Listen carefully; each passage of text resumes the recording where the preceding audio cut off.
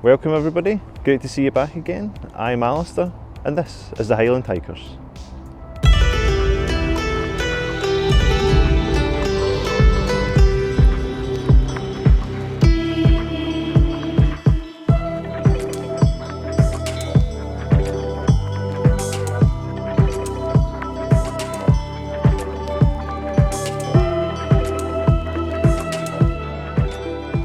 So today I'm off out on a walk again myself.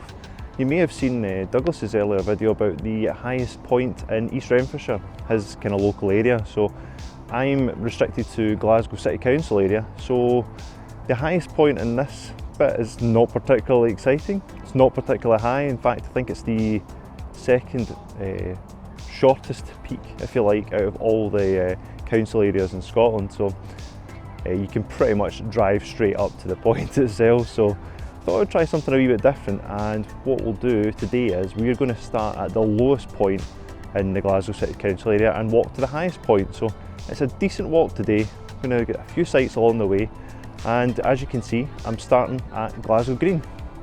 So Glasgow Green was pretty much, I think it's established in about the 15th century, and there are a lot of kind of monuments dotted about the place. It's pretty much dominated by Nelson's monument, which you can see right in the middle of the park. It's fairly close to the People's Palace as well. I've kind of fond memories of there from when we were a bit younger going round, and I'm pretty sure they had like medieval torture devices, which as a kid, you know, you're like, wow, look at this is great fun, man. Look at it. Horrifying at the same time, but you know, when you're that kind of curious child, it always seems quite interesting. I think one of the kind of interesting things I found out when looking at the history of the park was that, I think it was that James Watt, whilst on a wee stroll through the park in like 1765, suddenly came up with the idea of a separate condenser for the steam engine, and apparently this is credited as one of the kickstarting of the Industrial Revolution. So I can't imagine something like that just happening as you're walking about the park. So that's enough from Glasgow Green. I'm going to crack on now with this fairly long walk, and we'll see you at the next point. Take care.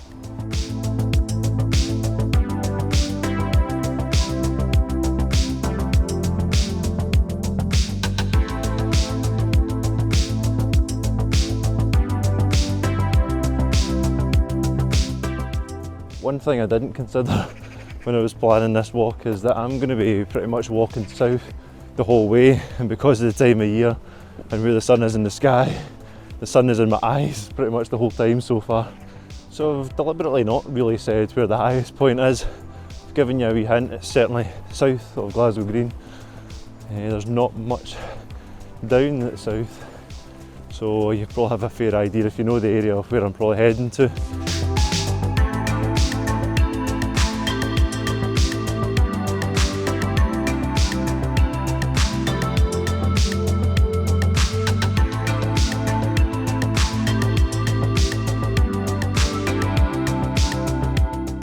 I've made it to Hampden Park, the home of Scottish football.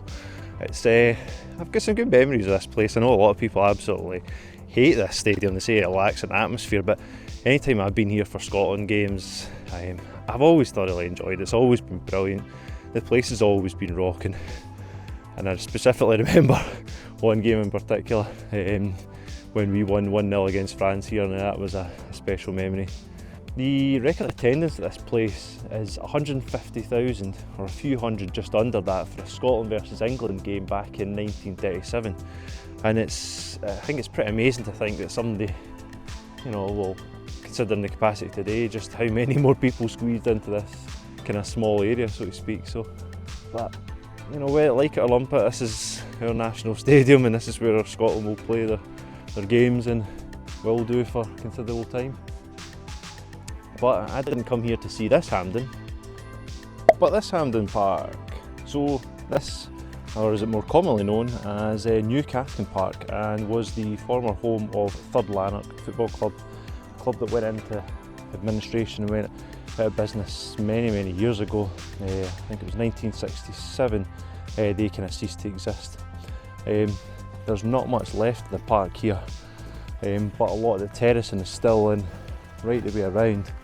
And for a while there, it was a kind of a group tried to take over just to try and bring this back into life and use it again. But There's obviously not been much going on with it, but it's kind of weird seeing this, because you've got all these terracing right round here, and then you've got all these trees growing up through the concrete, as you can see behind me.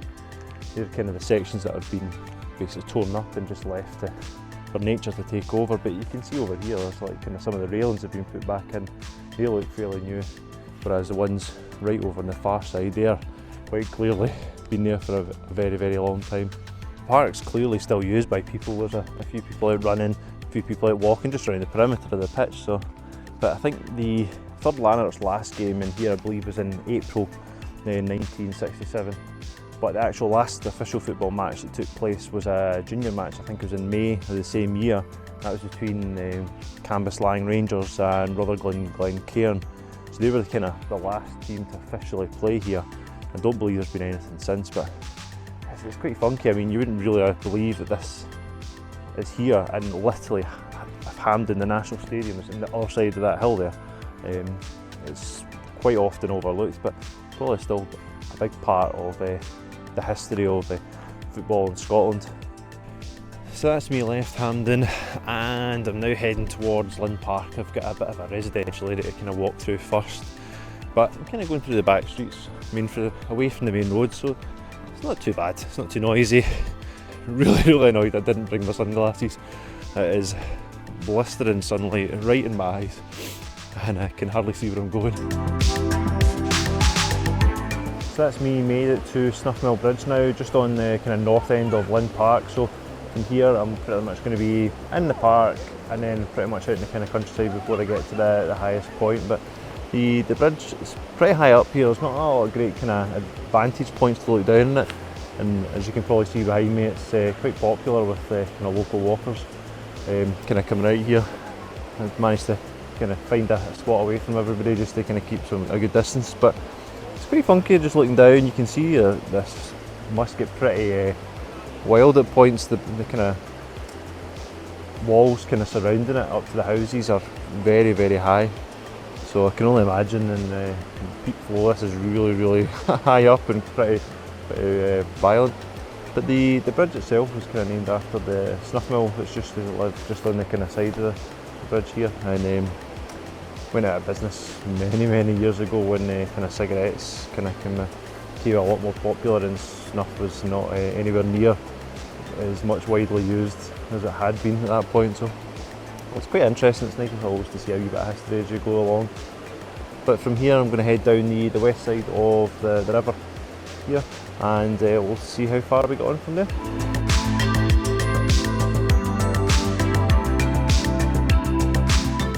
Some bright spark of a friend of mine told me to walk the west side of the river. It's much nicer than the east. And going by a recent video of theirs, and they were like Jack and Victor skating on the ice down this side. And I have to say, it's not anywhere near as icy as it was, and it's now just a bit of a mud pit. I'm going to be bogging by the end of this, and everybody's kind of scrambling to get past the mud. Seems like they're letting any old scoundrels into the park these days. So I bumped into a familiar face on my walk today, just bordering on the edge of East Renfrewshire here, and I have this old codger running about. If you saw his last video and he's running, he's slipping and sliding about here, all something awful. It was like an episode of Still Game. It certainly was. Yeah, we're not too far from my house. This is kind of one of my usual running routes that I do. I thought I'd come out on the off chance that I might bump into Alistair today, and I have done, so it's good seeing him. How's your walk been so far? It's been pretty good. I was saying earlier to them that this is me now, kind of away from the city. I'm off the kind of normal streets and I'm into kind of park, kind of countryside, so it's a bit nicer. There was a kind of horrible point where you're walking down a main road and it's just almost like dual carriageway. So this is a welcome change. Yeah, I think here until the end of the walk, you've got a nice walk along this riverside path, although it's a bit muddy in places, and then you'll head through Linn past the crematorium, yeah. I think, and then up. Yeah. Oh, you spoiled it. I've not said where we're going yet. Oh, sorry. Okay, you can cut that bit out then. Right, well, I'm going to continue off on my run. I'm about halfway through, so I'm heading in the opposite direction. I'm going to head down that way towards Snuff Mill Bridge, where I think Alice has just come from. Yep. And I'm going to loop round and come back up Clarkston Road, probably to head home. So I'll hopefully see you guys in some future video that we get to do on the channel. Yes, well, I'm sure we'll be together for another walk soon enough. Yeah. We've got one planned that we're allowed to do considering the restrictions that are in place, so I think we'll get away with that one and then we'll get that up soon. Awesome, Okay. see you later. See you later, good. So I'm a good way through Linn Park now, and a wee interesting fact is the name of the park, Linn Park, is actually taken from the waterfall that you see behind me. This is the Linn waterfall, and just as I was kind of coming out of the path here, the lights, which is just pretty much in that direction, the sun's just kind of shining straight at my face just now. It was just kind of catching the mist that's kind of coming up off of the waterfalls, and it looked really, really nice. So I hope I tried to catch it as best I could there, but literally before my eyes the sun just dipped a wee bit further and it suddenly stopped lighting that up. So hopefully you got to see that, but if not, then sorry I missed that bit.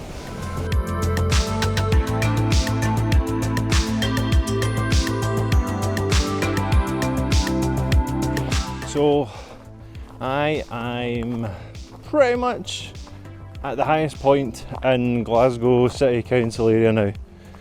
Unfortunately, there is no defined trig point or cairn or marker of any kind because it's so low. It's a grand height of 200 metres above sea level, and I am in that kind of area just now. It's quite flat. I'm in the middle of a wee forest here, and I'm trying to basically see if there's another point that's taller than where I am right now, and it doesn't look to be. You can see just kind of all around me here. It's pretty flat. There's a wee bit of snow still on the ground. It's a bit icy. It's quite nice. And this highest point is actually at Cathkin Bridge, so a few of you will have seen that coming. Just if you know the area and where I've been walking, and you'll know this is where it's been leading to. But there is a proper viewpoint just over the other side of where I've kind of come from. I am going to head there. It's not quite the highest, I think it's about 10 metres below where I am just now, but we're going to head over there.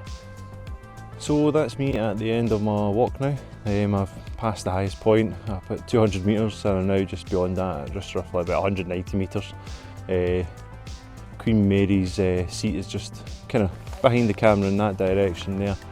It's said to be where Mary Queen of Scots in 1558 came to watch basically her armies defeat her foes in the Battle of Langside. So, although I've also heard that many hills in the south side of Glasgow are also called Queen Mary's seat, or where she's meant to have viewed that battle from. But the views up here are pretty spectacular over the city. You know, yeah, you don't really appreciate just how big Glasgow is until you're up somewhere like this and you can just look out all across it. You know, it's massive. There's tons to see, and I'm pretty sure I can see the point where I started. I can see the one of the colleges, which has got a big pink building or a big pink sign on the side of the building, and I'm pretty sure Glasgow Green is just between us and that.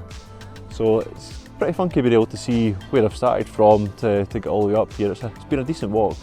It's pretty cold up here. There's a bit of snow still lying on the ground, but it's very, very pleasant. So I hope you've enjoyed the walk with me. Certainly something a bit different. If you kind of live in the Glasgow City area and you're still looking for something to stretch the legs, get out something a bit longer, you can certainly do this walk. You don't leave the kind of city boundaries at all, or sorry, the council boundaries if you like. You kind of come close to South Lanarkshire and East Renfrewshire at one point, but you know, you're still well within the kind of restriction or the limits of the restrictions just now. So if you have enjoyed us, give us a wee thumbs up, subscribe, and we shall see you on the next walk.